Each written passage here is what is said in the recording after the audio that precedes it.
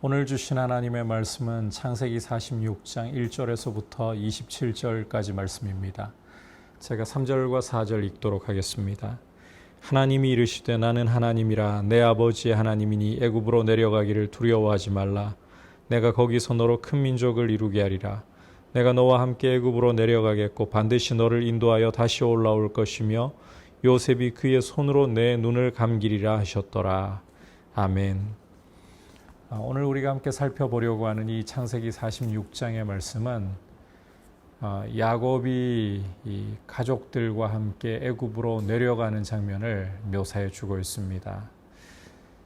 지난 시간에 애굽의 바로가 요셉의 형들이 왔다는 소식을 듣고 기뻐하면서 너희의 아버지와 자손들을 다 이끌고 애굽으로 내려오라. 너희가 이 애굽 땅의 좋은 곳을 차지하게 해주겠고 애굽 땅의 기름진 것을 먹게 해주겠다. 이런 바로의 명령을 따라서 이제 요셉이 이 아버지와 가족들을 이렇게 애굽으로 인도해 올 준비를 시켜서 형들이 이제 이렇게 야곱과 자손들을 이끌고 애굽으로 내려가는 과정입니다. 오늘 이 말씀 속에서 먼저 첫 번째로 좀 주목해 볼 것이 이 애굽으로 내려가는 과정에 이 가나안 땅의 남쪽 끝단이라고 할 수 있는 경계라고 할 수 있는 브엘세바에 이르렀을 때에 야곱이 하나님께 이 희생 제사를 드렸다, 예배를 드렸다는 것입니다.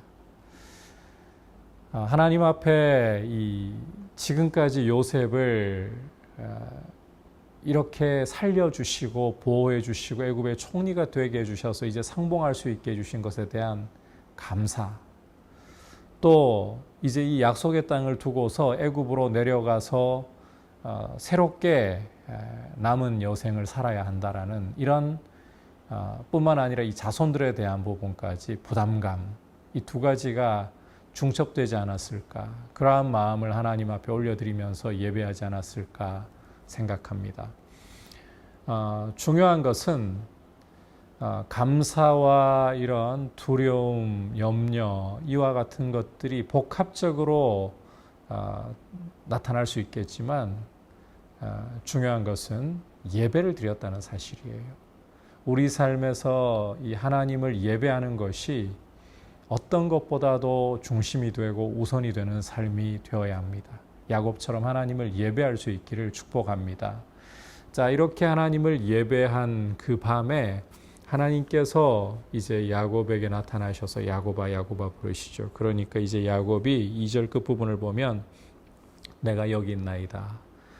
이 모습은 흡사 하나님께서 아브라함에게 이삭을 번제물로 바치라 그렇게 명하셨을 때 아브라함이 보였던 반응과 거의 판박이라고 할 수 있습니다.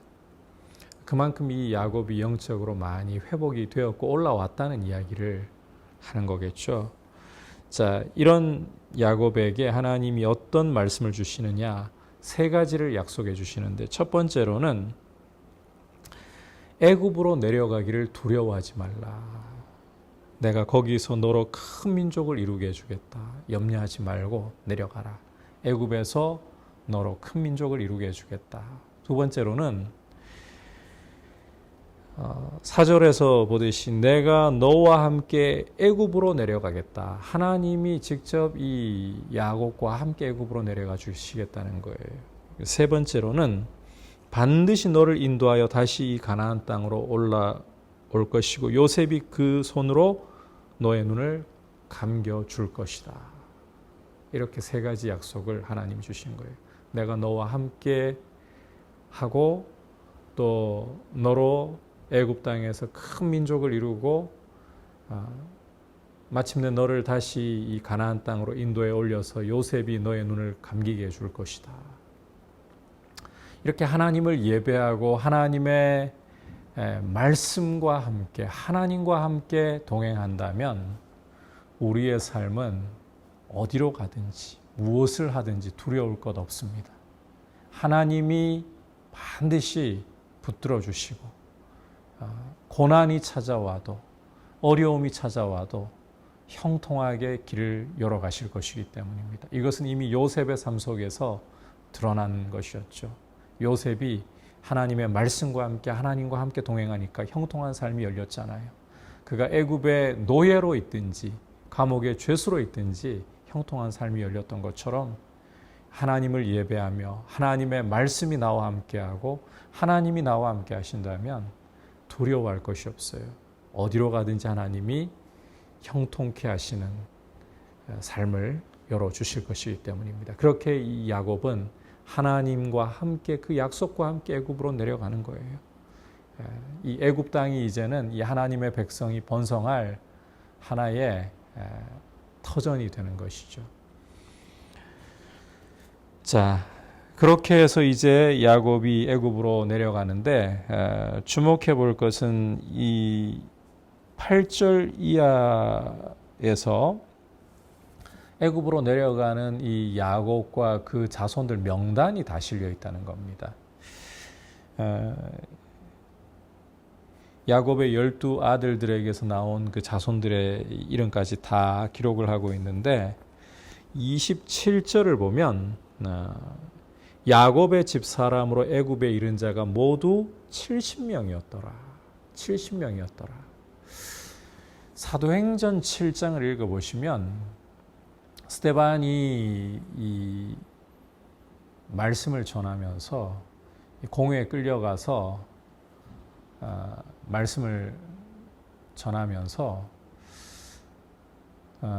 애굽에 내려갔던 야곱의 가족 수를 75명으로 이야기를 하는 것을 읽을 수가 있습니다. 그런데 여기 창세기뿐만 아니라 출애굽기 1장에서도 이 애굽에 내려간 사람의 숫자가 스데반과 달리 70명이었다라고 말씀을 하고 있어요.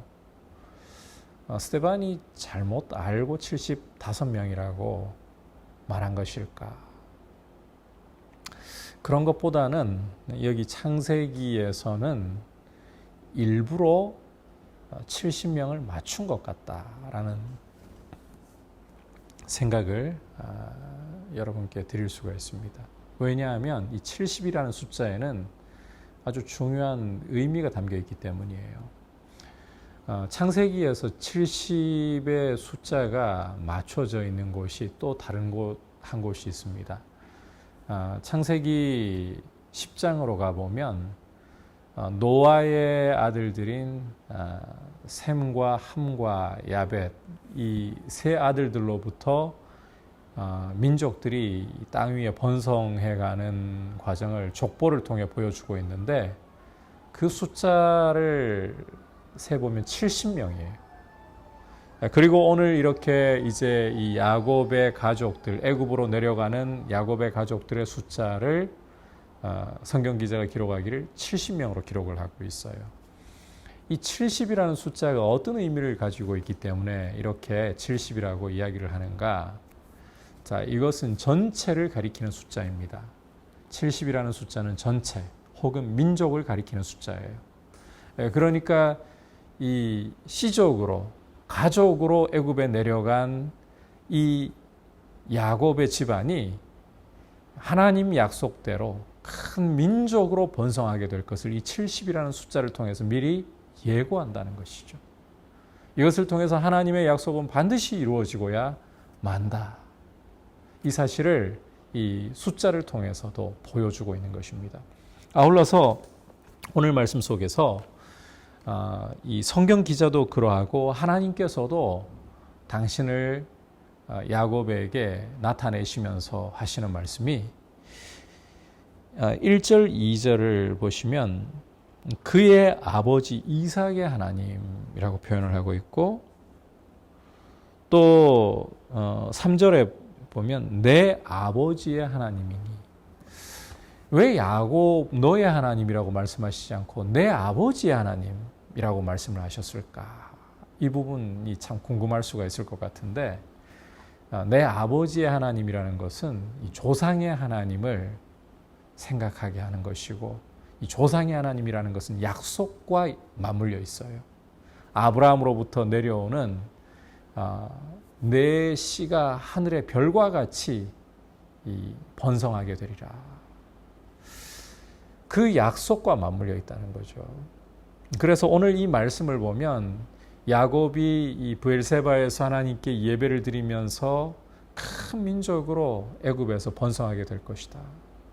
약속을 받아서 또 이 약속을 주시는 하나님과 함께 애굽으로 내려가고, 그리고 이 애굽에 내려가는 숫자도 70으로서 장차 하나님이 이 가족의 씨족에 불과한 야곱 집안을 큰 민족으로 번성케 해주실 것을 그렇게 보여주고 있는 거예요.